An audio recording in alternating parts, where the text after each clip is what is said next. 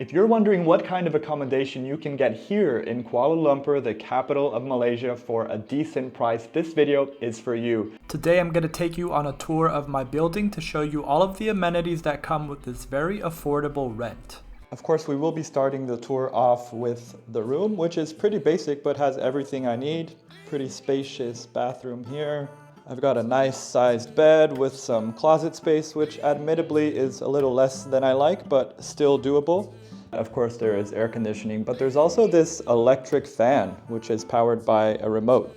The internet has been pretty decent, good space for the workstation, and this I love here. I actually have a view to one of the pools that this building has, and as you can see, there are also some platforms where you can do some reading, and it's just a really nice environment to relax in. As for kitchen space, I only have this small refrigerator here and a sink and a microwave, which is honestly all I need. And the reason that's all I need is because here in Southeast Asia, I haven't been cooking at all. There's just too many good food stalls and shopping malls. Anything I buy, I just store in the fridge, so it works out perfectly. But of course, it's not all fun and games. And one annoying aspect of this building is that you need these pretty big key cards. You will need these for absolutely everything, like using the elevator and getting into the special rooms and getting through the front gate and all that stuff. So it's kind of a hassle to carry around, but not a huge deal as well. And one of the reasons why this apartment is so affordable is because it's actually been split into two, which I'm going to show you right now. So once you come out of the room, you will see there's another door just next door. There's another person in here, and then to get to the hallway. And now we are in the general hallway area. And this is a huge skyscraper type building, so it actually has around 46 to 48 floors, but luckily the elevator is super fast, so it never feels like you have to travel for too long on the elevator. Now I'm gonna take you to swimming pool number 2, which is on the last floor, so it's actually like a city view infinity pool. And I actually haven't seen it yet because I've been using the other pool I just showed you, so it's gonna be a first time reaction for me as well. Let's do this. Key card and 46. Look how fast that goes, it's crazy. You can feel your ears popping as you go up as well. So let's go to this sky pool. Oh wow, how amazing is this? I should have been using this pool. Look at that view, not bad at all. Over to this side you have a bit of a function space, it seems. This is what they call the sky terrace. One thing that's worth mentioning up here is that while this is not exactly like a prime location, very central, it's also not that isolated. And the other day I did go into the central area and I took the subway and it was only 2 stops away. So I can get to the central area pretty quickly. And they also have a shuttle here in the building that takes you to the closest subway station. And this is pretty amazing because you have a view to all the iconic towers from here. I don't know what that big one is called there, but I believe the one in the middle is the KL Tower, and of course over there the Petronas Twin Towers. So you have a view to all of Malaysia's iconic skyscrapers. So now we're going to go down to floor 8 where they have the other pool and a lot of other special rooms that I want to show you. We have reached the general leisure floor here. I'm going to show you outside in just a second, but first I want to show you the thing that impressed me most about this building and what was most unexpected.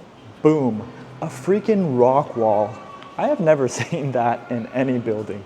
And I've actually never done this, so I may try it out one of these days. And this here is like a jogging, like a sky jogging thing where you can run around the building and get your exercise in. I'm now here in one of these like relaxation decks that they have over the pool. If there are any Malaysians watching, maybe all of this is pretty common to you. I know in Southeast Asia in general, a lot of the buildings are like this. I spent my childhood in the United States, and most people live in houses or small condos. And of course, some people do have a private pool, but they certainly don't have views like this one, and the pools are much smaller than these as well. Which brings me to my monthly rent. So I got this place for a month on Airbnb, which of course gave me a discount.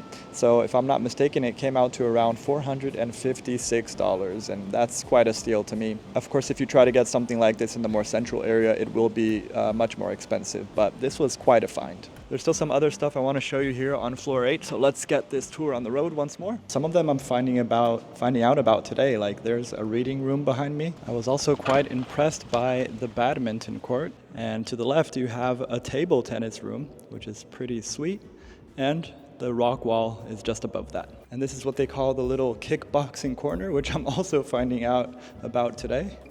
Win or lose, it's all about the hustle. Now I'm going to take you to floor 3 where they have the gym, and I was quite impressed by the equipment at the gym, and they have some other rooms as well. And you know what? A lot of the times I don't even use the elevators. I use the stairs because that's an easy way to get some exercise in. There are certainly enough floors for that. The Malaysians must be in full relax mode on Sunday because the other day I came in here and there were quite a few people. So the other day I was using the treadmill here and I noticed 2 cool things, like it actually has a fan here and also an iPad holder for you to binge watch your favorite shows while you're running, and a pretty decent view to the street here.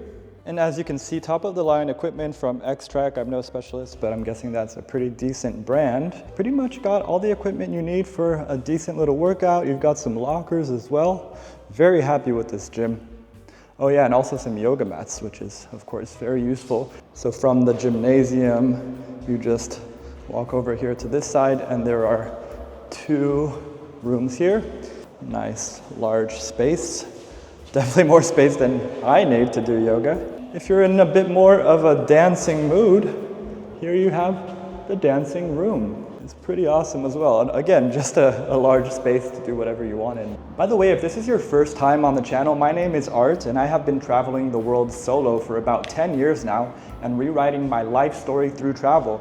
So if that sounds like something that you want for yourself, just click on that subscribe button so you don't miss future videos like this one.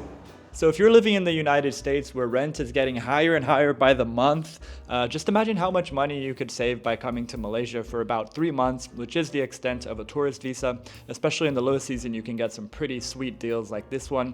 The money you would save would at least cover the cost of the flight, and you would get a remarkable travel experience in return. Because today I've only really touched the surface, right? I've shown you my building, but of course I have one of the most amazing capitals in the whole world at my doorstep, and that's something that we will also be exploring in future videos. So just click on the video that's on your screen and let's explore everything that KL has to offer together. I'll see you in the next one in 3, 2, 1.